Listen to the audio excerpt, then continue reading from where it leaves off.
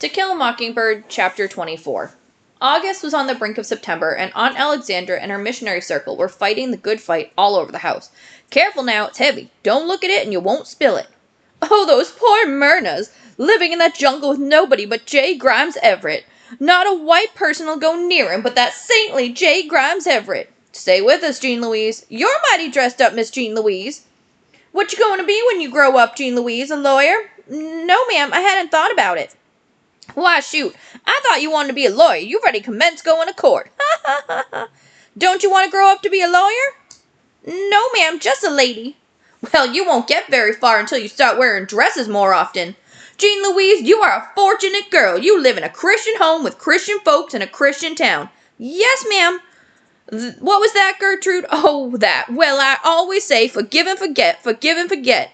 Thing that church ought to do is help her lead a Christian life for those children from here on out. Excuse me, Mrs. Merriweather, but are you all talking about May Ella Ewell? May, no, child.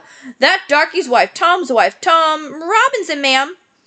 If we just let him know we forgive him, then that we've forgotten it, then this whole thing'll blow over. Mrs. Merriweather, what'll blow over? Nothing, Jean Louise. The cooks and field hands are just dissatisfied, but they're settling down now. They grumbled all next day after that trial. Gertrude, I tell you, there's nothing more distracting than a sulky darky. Their mouths go down to here. You know what I said to my Sophie, Gertrude? I said, Sophie, you simply are not being a Christian today. Jesus Christ never went around grumbling and complaining, and you know, it did her good to hear it. Excuse me, ladies. Alexandra, could you come in the kitchen a minute? I want to borrow Calpurnia for a while. Tom's dead.